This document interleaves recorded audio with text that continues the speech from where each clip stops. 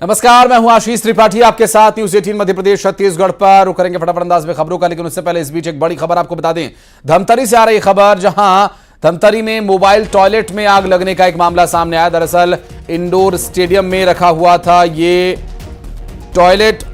Indoor stadium में रखे हुए टॉयलेट में आग लग गई और आग लगने के बाद की कुछ तस्वीर सामने आई है। इस वक्त आपको दिखा दें, ये वो तस्वीर है जहां इस पूरे इंडोर स्टेडियम में अब कुछ देर के लिए अफरा तफरी का सा माहौल देखने को मिला, जब इंडोर स्टेडियम में रखे मोबाइल टॉयलेट में आग लग गई। इंडोर स्टेडियम में रखा हुआ था निगम का ये मोबाइल टॉयलेट, जिसमें आग लगी। आग से चारों ओर धुआं ही धुआं फैल गया और आग की लपटें उठती आप देख सकते हैं। ये धमतरी से पूरा मामला सामने आया है। इस वक्त की बड़ी खबर, मोबाइल टॉयलेट में आग लगने का ये पूरा मामला।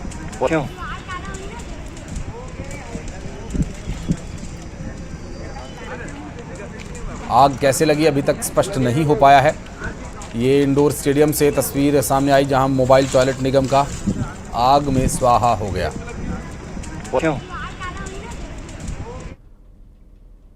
उत्तर प्रदेश की हाई प्रोफाइल सीट रायबरेली से नामांकन करने के लिए पहुंचे राहुल गांधी रायबरेली, और उनके साथ उनकी मां सोनिया गांधी भी मौजूद हैं। बहन प्रियंका गांधी वाड्रा, राजस्थान के पूर्व मुख्यमंत्री अशोक गहलोत, केसी वेणुगोपाल, ये सभी उनके साथ मौजूद थे। फुर्सतगंज हवाई पट्टी पर सभी एक साथ दिखाई दिए। दरअसल नॉमिनेशन करने के लिए पहुंचे राहुल गांधी, और आपको बता दें कि रायबरेली से अब चुनाव लड़ेंगे राहुल गांधी, और उनके चुनाव के नॉमिनेशन के लिए ये सभी नेता उनके साथ पहुंचे हैं। अब पूरा जो परिवार है, कांग्रेस की फ्रंटलाइन लीडरशिप, पूरा फोकस इस सीट पर है। आपको बता दें कि अब से कुछ ही देर में राहुल गांधी रायबरेली से अपना नामांकन दाखिल करने के लिए कलेक्टोरेट पहुंचेंगे, और राहुल के रायबरेली से चुनाव लड़ने के ऐलान से अब साफ हो गया है कि राहुल अमेठी से चुनाव नहीं लड़ेंगे, क्योंकि वायनाड से वे पहले ही चुनाव लड़ चुके हैं और दूसरी ये सीट है। रायबरेली से चुनाव लड़ने वाले राहुल गांधी और गांधी परिवार के लिए ये सेफ सीट मानी जाती है। हालांकि सेफ सीट तो अमेठी भी मानी जाती थी, लेकिन वहां से राहुल गांधी साल 2019 में हुए लोकसभा चुनाव में स्मृति ईरानी के हाथों मात खा चुके हैं, और 1980 के बाद से रायबरेली से गांधी परिवार का कोई सदस्य हारा नहीं है। रायबरेली में अब तक राहुल गांधी का मुकाबला बीजेपी के दिनेश प्रताप से तय माना जा रहा है, और रायबरेली से बीजेपी ने दूसरी बार दिनेश प्रताप को उम्मीदवार बनाया है, उन पर भरोसा जताया है। 2019 का चुनाव वे हार गए थे। 2019 में रायबरेली से कांग्रेस नेता सोनिया गांधी ने 1,67,000 से ज्यादा मतों से जीत हासिल की थी। और पीएम मोदी का राहुल गांधी पर बड़ा हमला। राहुल गांधी रायबरेली का रास्ता तलाश रहे, वायनाड से हारने वाले हैं, हार के डर से भाग रहे हैं राहुल गांधी, कहना है प्रधानमंत्री नरेंद्र मोदी का। उनका ये कहना कि ये राहुल गांधी अब हार से डर कर भाग रहे हैं।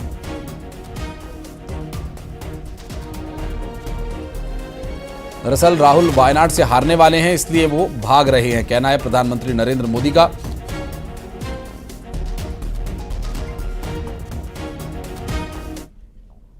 मैंने पहले ही बता दिया था कि शाहजादे वायनाड में हारने वाले हैं, और हार के डर से जैसे ही वायनाड में मतदान समाप्त होगा, वो दूसरी सीट खोजने लग जाएंगे।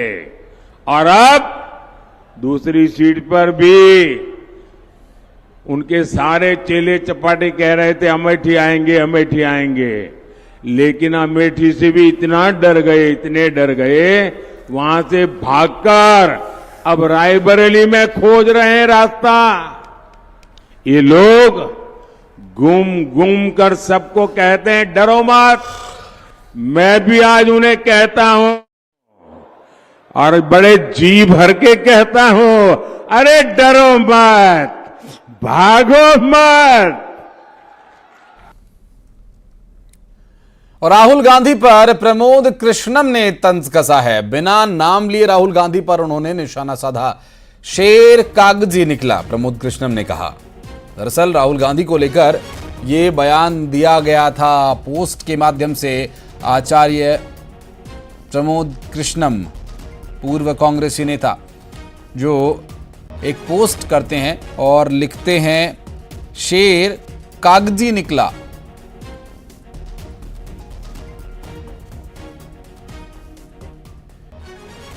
केंद्रीय मंत्री अनुराग ठाकुर ने राहुल गांधी पर निशाना साधा। अनुराग ठाकुर ने कहा कि राहुल गांधी हार के डर से अमेठी सीट छोड़कर भाग गए हैं और अब लगातार प्रतिक्रियाओं का दौर आ रहा है। पूर्व कांग्रेसी नेता हों या बीजेपी नेता, सभी राहुल गांधी पर हमलावर हैं। कुछ समय पहले तक राहुल गांधी जी कहते थे, डरो मत, डरो मत, डरो मत। अब डर डर कर कभी अमेठी से वायनाड, कभी वायनाड से रायबरेली, ये दिखाता है कि हार का डर कहां कहां लेकर जा रहा है। और डर तो इतना कि एक साथ कहीं दोनों ही ना हार जाएं, तो एक ही सीट से लड़ रहे हैं। लेकिन दूसरा मुझे कहना है, न्याय नहीं दिला पाए अपनी बहन को भी, क्योंकि एक तरफ रॉबर्ट वाड्रा जी भी टिकट मांगते थे, दूसरी तरफ कांग्रेस की मांग प्रियंका जी के लिए भी थी, लेकिन उनकी लिस्ट में कहीं बहन का नाम नहीं आया है। ये अपने आप में दिखाता है कि कहीं ना कहीं कुछ ना कुछ कांग्रेस पार्टी में चल रहा है और ये अब देश के सामने खुलकर बात आ गई है। को लेकर मध्य प्रदेश के मुख्यमंत्री डॉक्टर मोहन यादव ने कहा कि वो वायनाड से हारने वाले हैं, इसलिए अमेठी छोड़कर रायबरेली से ट्राई कर रहे हैं। उनके साथ ही उन्होंने कहा कि पूरा देश मोदीमय हो गया है और इस बार 400 पार।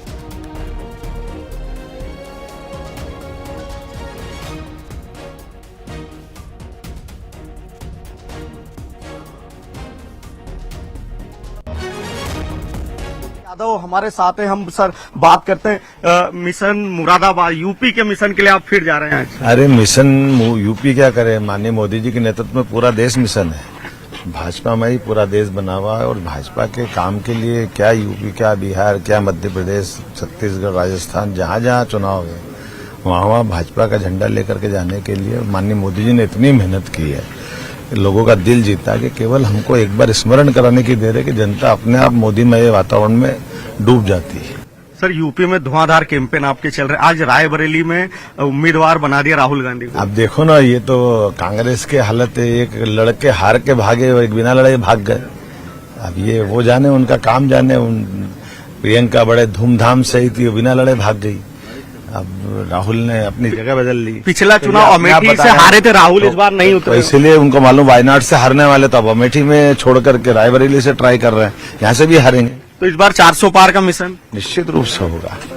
देखिए, सीएम डॉक्टर मोहन यादव जो बता रहे हैं कि वायनाड में हार का डर था, इसलिए वहां से राहुल भागे और यहाँ पर रायबरेली से चुनाव लड़ रहे हैं। कैमरामैन मनीष के साथ शैलेंद्र चौहान, न्यूज 18 भोपाल। और राहुल गांधी अमेठी से भागकर वायनाड गए, वहां की जनता उन्हें नकार रही है।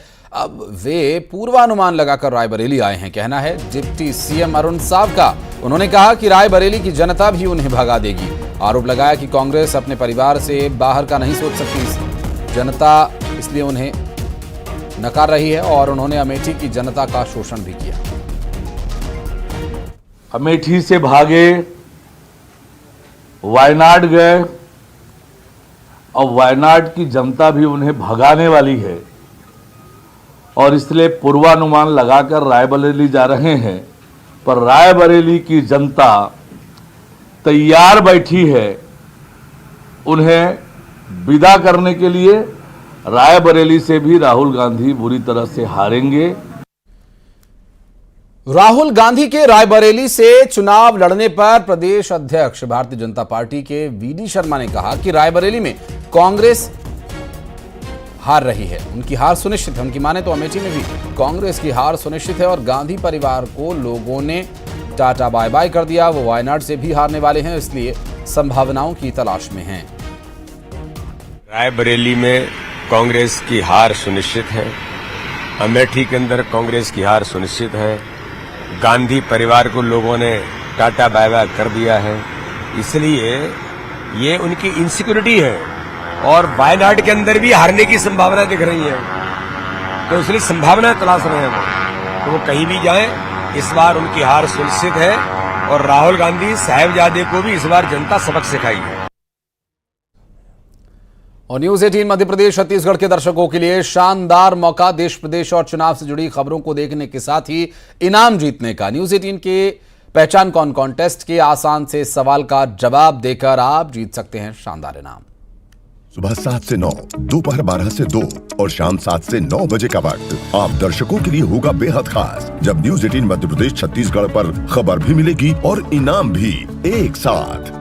न्यूज 18 पहचान कौन कॉन्टेस्ट में हिस्सा लीजिए और इन समयों पर दिखाई जा रही खबरों के बीच पूछे गए आसान से सवालों का जवाब दीजिए। सही जवाब जिताएगा शानदार इनाम। रजिस्टर करने के लिए QR कोड स्कैन करें या इस नंबर पर मिस कॉल दें। खबर देखिए, इनाम जीतिए, सिर्फ न्यूज 18 मध्य प्रदेश छत्तीसगढ़ पर। और अब बारी है सवाल की। सवाल एक तस्वीर है जिसे आपको पहचानना है और दिखाई दे रही तस्वीर में आपसे पूछेंगे कि आखिर ये तस्वीर किसकी है, ये कौन है। अगर आप नहीं समझ पा रहे हैं तो चलिए एक संकेत आपको दे देते हैं। डेली सोप से सियासत में एंट्री लेने वाली ये अदाकारा हैं, आखिर ये कौन है। 9990898918 पर मिस्ड कॉल देकर या QR कोड स्कैन करके आप दोनों ही में से किसी एक तरीके को अपनाकर रजिस्ट्रेशन करा सकते हैं, दे सकते हैं जवाब, और जवाब सही होने पर आप जीत सकते हैं शानदार इनाम। चलिए बढ़ते हैं आगे और करेंगे कुछ अन्य खबरों का। इंदौर से खबर सामने आई, जहां इंदौर में प्रेमिका ने खुदकुशी कर ली, जहर खाकर आत्महत्या कर ली। आत्महत्या से पहले सोशल मीडिया पर एक पोस्ट डाला। प्रेम प्रसंग के चलते युवती ने यह कदम उठाया। दरअसल प्रेमी की मां को इसके लिए जिम्मेदार ठहराया है और जहर खाकर खुदकुशी करने की कोशिश का ये पूरा मामला। आपको बता दें कि एक युवती ने आत्महत्या करने से पहले सोशल मीडिया पर पोस्ट किया और प्रेम प्रसंग के चलते युवती ने यह कदम उठाया, ऐसी जानकारी मिली है।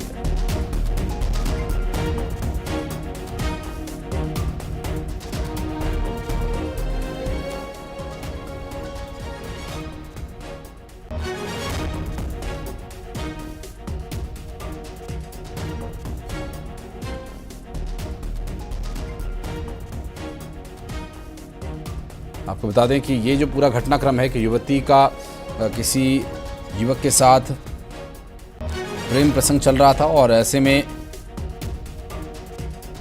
क्या विवाद हुआ, क्या कारण रहा, युवती ने खुदकुशी के लिए जहर खा लिया। और ये जो पूरा घटनाक्रम सामने आया जहर खाकर खुदकुशी करने का, इसमें प्रेमी की मां को इसके लिए जिम्मेदार ठहराया है और वो किस तरह से जिम्मेदार है, अभी क्या है ये पूरा प्रकरण आपको बताएंगे। फिलहाल आपको बता दें कि सोशल मीडिया पर पोस्ट कर युवती ने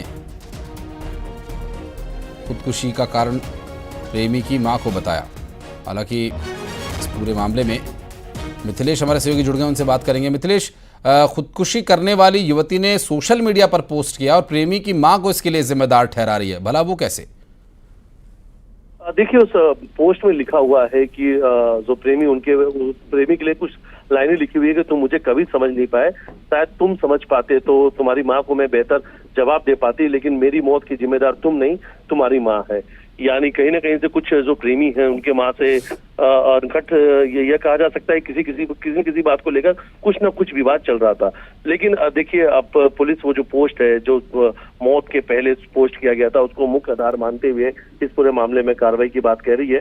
अब इलाज के दौरान पर स्टेटमेंट भी पुलिस के सामने आया था, अपना बयान भी वो दे चुकी है मौत के कुछ मिनट पहले ही, लेकिन उपचार के दौरान मौत हो चुकी है।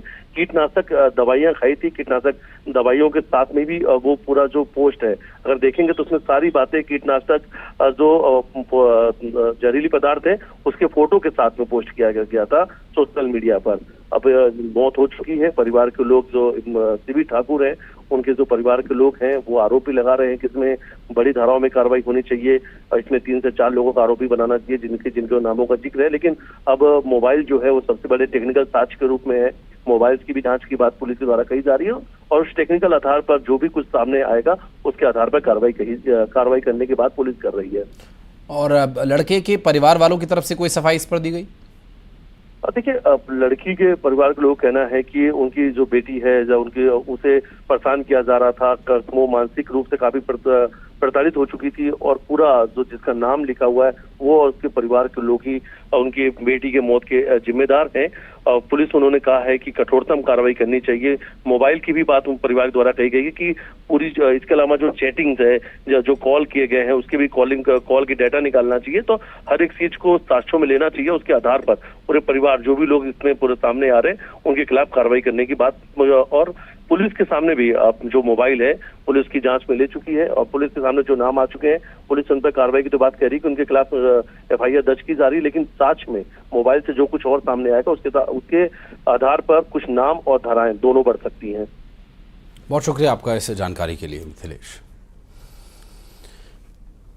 और बढ़ते हैं आगे, रुक करेंगे कुछ अन्य खबरों का। प्रदेश अध्यक्ष बीजेपी के VD शर्मा ने इमरती देवी को लेकर दिए गए बयान पर कांग्रेस के प्रदेश अध्यक्ष जीतू पटवारी पर निशाना साधा और इसकी निंदा की। उन्होंने कहा कि ये दुर्भाग्यजनक है। एक बहन बेटी के बारे में इस तरह की भाषा का इस्तेमाल करना उनकी मानसिकता का परिचायक है। उन्होंने कहा कि कांग्रेस की सोच क्या है, इसका जवाब मध्य प्रदेश की बहनें, देश की बहनें देंगी।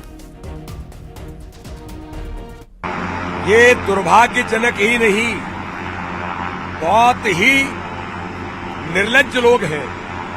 एक बहन बेटियों के बारे में किस प्रकार की भाषा उपयोग करना।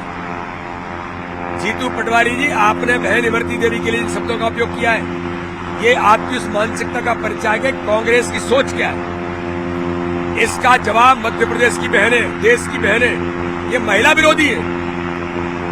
हमारी महिलाओं के बारे में इस प्रकार के विचार रखना, इसका जवाब भारतीय जनता पार्टी भी देगी। समाज की महिलाओं में आक्रोश है, बेटियां आक्रोशित हो रही हैं और इस पर जीतू पटवारी को जवाब ही नहीं, ढंग से जवाब मिलेगा। इन्हें पता लग जाएगा कि महिलाओं के बारे में इस प्रकार के शब्द कहना उसका परिणाम क्या होता है। और इमरती देवी पर दिए गए बयान के विषय को लेकर अब कई घमासान मचे हुए। इमरती देवी पर दिए गए अपने बयान को लेकर बीजेपी के हमले के बाद कांग्रेस के अध्यक्ष जीतू पटवारी ने सफाई भी दी। उन्होंने कहा कि मेरे बयान को तोड़ मरोड़ कर प्रस्तुत किया गया, उसका संदर्भ अलग निकाला गया, मंशा सिर्फ सवाल के जवाब को टालने की थी। इमरती देवी मेरी बड़ी बहन जैसी हैं और फिर भी यदि किसी को ठेस पहुंची तो माफी।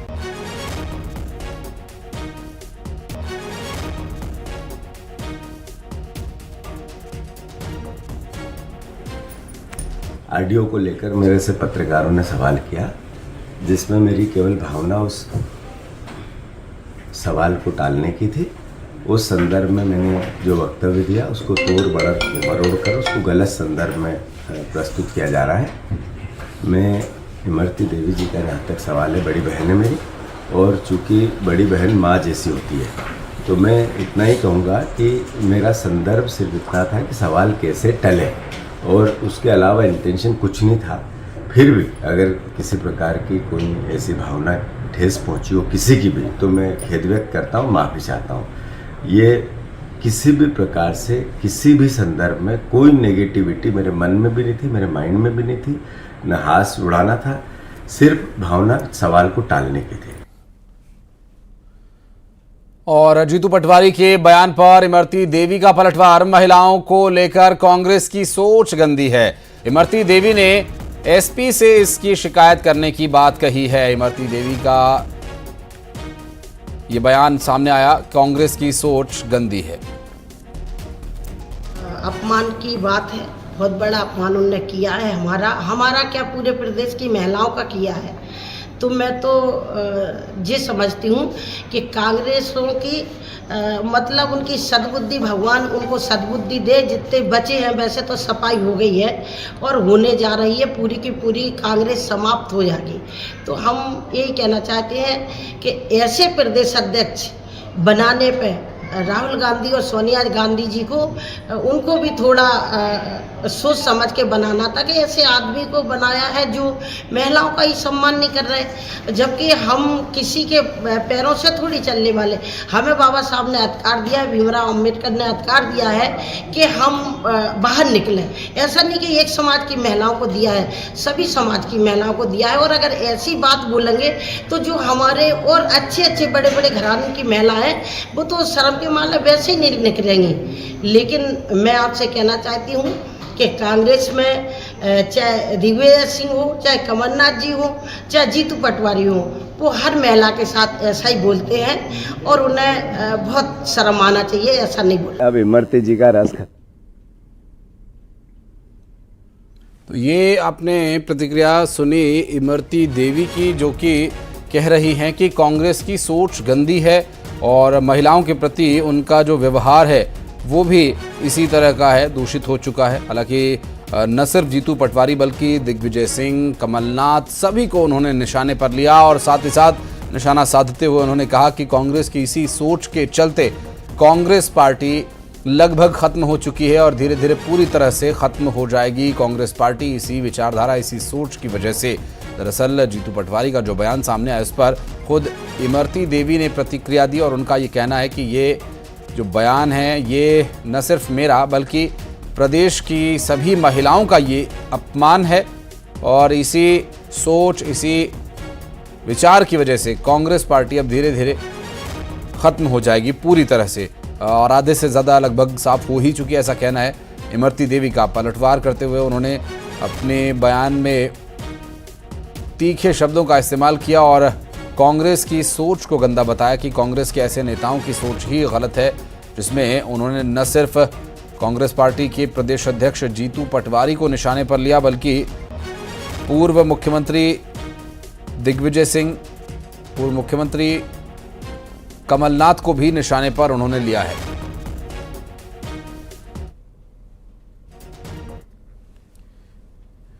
और खबर भोपाल से, जहां झेलम एक्सप्रेस की तलाशी के बाद ट्रेन को रवाना कर दिया गया। पुलिस ने सर्च के बाद ट्रेन को रवाना कर दिया। आपको बता दें कि बम की अफवाह फैलाने वाला शख्स भी पुलिस की हिरासत में आ गया है। पूछताछ में फिलहाल पुलिस जुटी हुई है। आपको बता दें कि यात्री के द्वारा झेलम एक्सप्रेस में बॉम्ब की झूठी खबर दी गई थी, जिसके बाद पूरा रेल महकमा हिल गया और आनन फानन में डॉग स्क्वाड से लेकर बॉम्ब डिस्पोजल टीम को मौके पर बुलाया गया। पूरी ट्रेन की तलाशी ली गई, लेकिन ट्रेन में कहीं किसी तरह के बम की कोई जानकारी नहीं मिली। ये खबर झूठी निकली, जिसके बाद पुलिस ने अफवाह फैलाने वाले यात्री को हिरासत में लेकर पूछताछ शुरू कर दी है।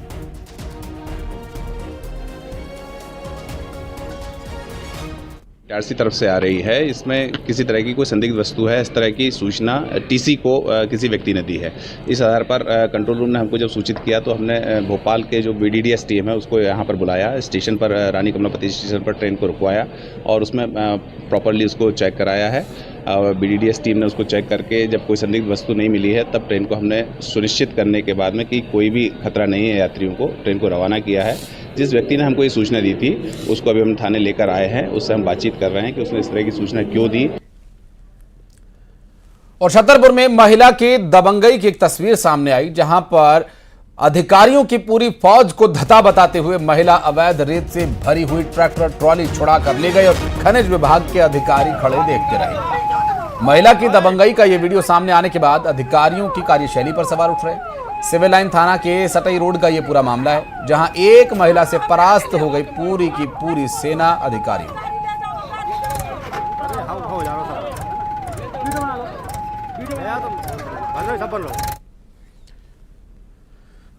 और खबरें आगे भी जा रही हैं, वक्त एक छोटे से ब्रेक का, लौटते हैं।